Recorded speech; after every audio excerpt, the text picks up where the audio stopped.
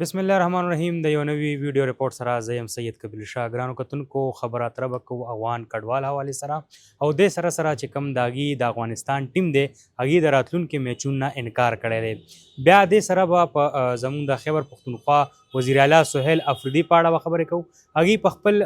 اوسني نوي پیغام کې دا بیانات ورکړي دي چې کوم افغان کډوال دی په خیبر پښتونخوا کې نو هغې باندې به نه څوک چاپې وهي نه به ورله څوک بېزتي کوي او نه به څوک د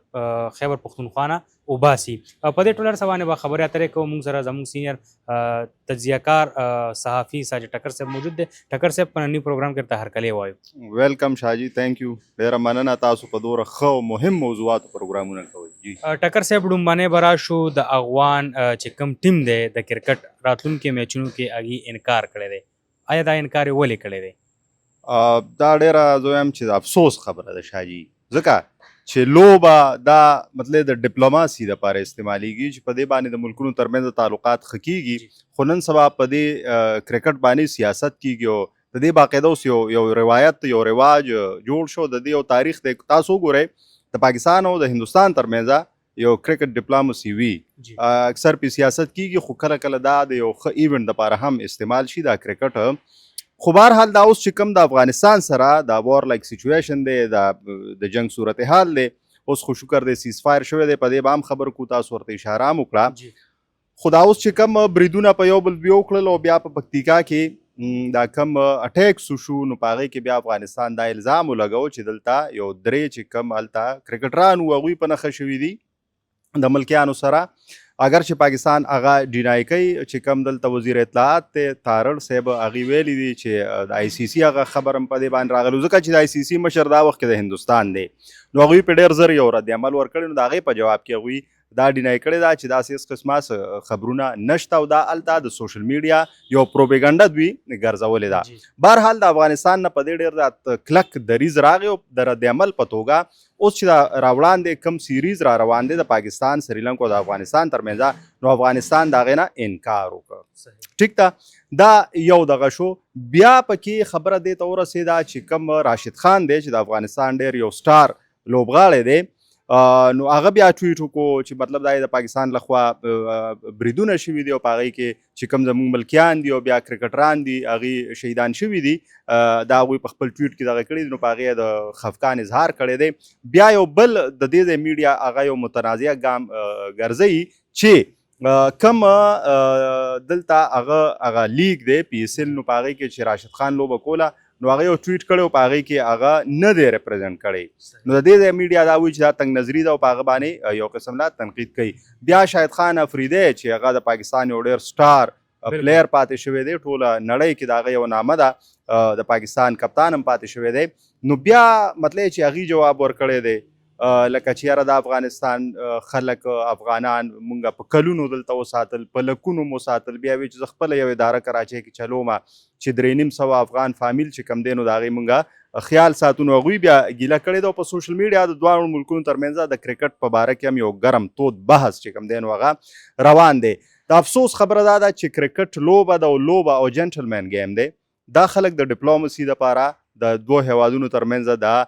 ترنګلو اړیکو د سمولو دپاره کاروي خو مونږ یې په داسې حالت کې استعمال کوو چې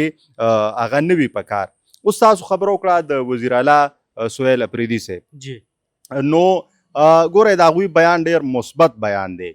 دوه بیانونه دا تېره شپه د هغوی چې کم یو غیر رسمي ملاقات شوی د پېښور د صحافیانو سره نو په هغې کې هغې ډېرې خبرې کړې دي خو چونکې زموږ موضوع افغان کډوال دي نو یوه پکې دا ده چې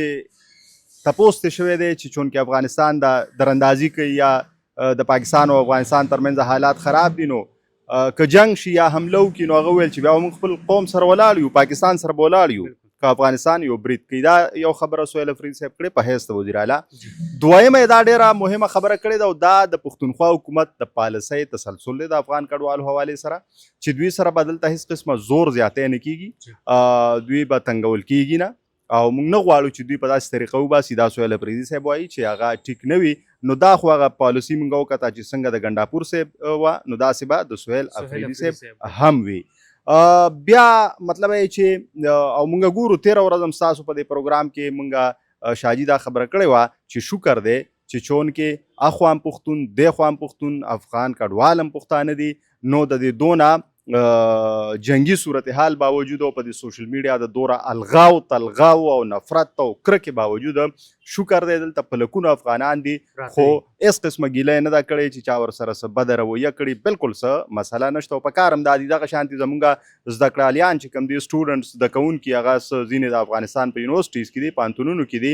نو هغوی ته هم څه مسله نشته نو دا ورورولي په ځای ساتل پکاري. بیا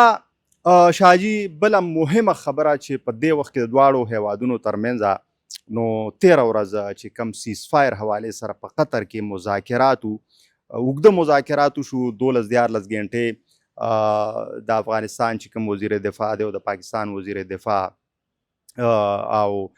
نور اعلی چارواکي په دې کې هغې ګډون کوو نو د دوی ترمنځ 12-14 غنټې مذاکرات وشو او په دې متفق شو دا ښه خبر دی چې هغه سیز فایر ډزبندي اوربند وغځول شي. دویم پړاو به په ترکي کې په 25 اکتوبر کېږي یعنی خواوشا یو هفته بعد به کېږي او په هغې کې به بیا نور پخلی کېږي چې څه کول پکار دي. پاکستان خواجه آصف صاحب چې کوم دغه راغلی دی یا هغوی ټویټ کړی دی نو دوی دا غوښتنې دي چې هلته کم مطلب چې ډلې دي د هغې خلاف دی کاروایي وشي او دې خوا دې هغوی نه را پرېښودل کېږي نو د دوی چې کوم وینا د هغې تر مخه فلحال داسې معلومیږي چې افغانستان دې ته راضي شوی دی خو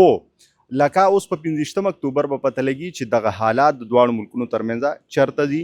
دا کم چې عارضي اور بند شوی دی سیز فایر شوی دی نو دا غځېږي که خدای مکه دا ختمیږي خو موږ به بیا دا غوښتنه کوو چې دواړه هیوادونه ګاونډي هیوادونه دي اسلامي ګاونډي هیوادونه دي نو په کار ده چې د دوی په منځ کې مسلې او کشالې راځي چې وخت بالکل نه ضایع کوي. ګوره د خبرو نه خو دوی څوک منې کوي نه په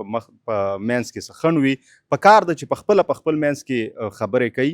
دواړه ریاستونه دي نو داسې خبره به دې ته نه رسي لکه تاسو اوس وګورئ قطر په دې کې د کوربه په حیث یو ښه کردار ولوبه بیا ترکي راغی نو هغوی ته احساس شته دی چې دا دواړه د سیمې د دې ریجن دوه ډېر مهم ملکونه دي نو سالسي پکې ترکي وکړه نو زمونږ امید شته دی چې انشاءالله العزیز د اوربند شوی دی سیز فایر دی ډزبندي ده دا په ځای وي او نور چې کوم دی نو حالات خراب نشي ځکه چې که جنګ کیږي که بریدونه کیږي او دغه شانتې بیا الزام در الزام او په یو بل باندې جوابي حملې کیږي نو نقصان پکې د دواړو ملکونو دی د ولس دی او فایده ګټه پکې موږ ته نه ښکاري ګټه پکې د یو فریق شته دی هغه هندوستان دی چې هغه غواړي چې دا کم پراکسیز دي دلته یا دا کم ټنس ماحول دی دا نور هم ترنګلي کی او د دې نه هغوی خپلې فایدې اخیستل غواړي ځکه چې د هغه ارادې ښه نه ښکاري هغه په څه ناسه شکل کې دلته حالات خراب ساتل غواړي. ټکر صاحب زه په هر پروګرام کې بار دا خبره کوم دا چې کوم مشران دي هغې دغه وینا کوي چې دا خبره په ناسته باندې ختمو خو آیا دغه ناسته به کله کېږي چې دا خبره ختمه شي اخوا مسلمان دی خوا مسلمان نه پوهېږو چې څه روان دي نو ډایلاګ خو یو مسلسل عمل وي او ښه خبره دا وه دا اوس لکه بدلی چې موږ د دوحه مذاکرات یا د قطر مذاکرات د دې موږ خبره وکړه نو ګورئ اگر چې لږ لیټ شو دا په وخت پکارو ځکه چې دا د اوس هم دوی کېناستل په میز کېناستل او خبرې وکړې ټکر صاحب وایي چې 20 کورونه وران کې خو اخره کې به جوړې ته کېنې آی شابسې چې هر څه وکړې ته به اخره کې کېنې که 100 کاله مو جنګېږي که نه نو خبره به بیا په میز باندې حل کې نو دواړه خو او ډېر ذمهوار ملکونه دي لکه ګورئ علامه اقبال ویلي چې افغانستان د ایشیا زړه دی او چې دا ناقرار نو ایشیا به ناقرار دغه شان د پاکستان په دې سیمه کې خپل یو امپورټنس دی خپل یو اهمیت دی نو چې دا دواړه مهم ملکونه داسې د یو بل سره لاس او ګریواني نو سیمه به هم پریشانوي ولسونه به هم پریشانوي بل د دواړو ترمنځ د تعلقاتو د راشه درشه د ورکړه راکړې د تجارتونو ډېر مواقع دي په کار ده چې دغه راوستل شي خو په کار ده چې دا هر څه په ذمهوارۍ وشي چې خپلې ذمهوارۍ وپېژندل شي چې د چا کم ځای کې نقص دی کمی دی خامي ده نو چې هغه په ګوته شي او هغه ومنل شي او هغه خپله پالیسي جوړه شي لکه تر کومې به الزامونه لګي تر کومې لکه پاکستان وایي چې تاسو سره ډلې دي ټي ټي پي دی نورې ډلې دي هغه استعمالیږي راځي هغې دا جواب ورکوي غیر ذمه دارانه چې دا تاسو دردسر د په خپل استعمال کوي که نه. نو په دوحه معاهده کې دا دوی منلي وو چې د افغانستان خاوره به د چا خلاف نه استعمالیږي، نو دا بیا د هغې نه سرغړونه ښکاري. نو په کار ده چې په ډیپلوماټیک لیول، په پولیټیکل لیول ډایلاګ روان وي، او چې کومې معاهدې او لوظنامې انټرنیشنل او د دوی ترمنځ شوي دي نو چې د هغې پاسداري وشي. ډیره مننه ټکر صاحب د وخت راکولو، او یقینا ډیره ګټورې خبرې مو کې. او زما اخره کې همدغه یو نصیحت په تور به ووایم چې یاره اخوا مسلمان دی دېخوا مسلمان دی، مونږ له په دغه جنګ باندې خوشحالېدل نه دي پکار. باید چې مونږ د دې جنګ نه یو سیټ ته ډډه وکړو، او دغسې به وخت په وخت مونږ چې کوم دی تاسو د افغانستان او د پاکستان د هر څه نه تفصیلات به تاسو له درکوو، تاسو ته به مخې ته ږدو. نو دا زموږ نننی پروګرام در بل پروګرام پورې ماله خو زما ټیم لره کې اجازت دلوي. الله پامان.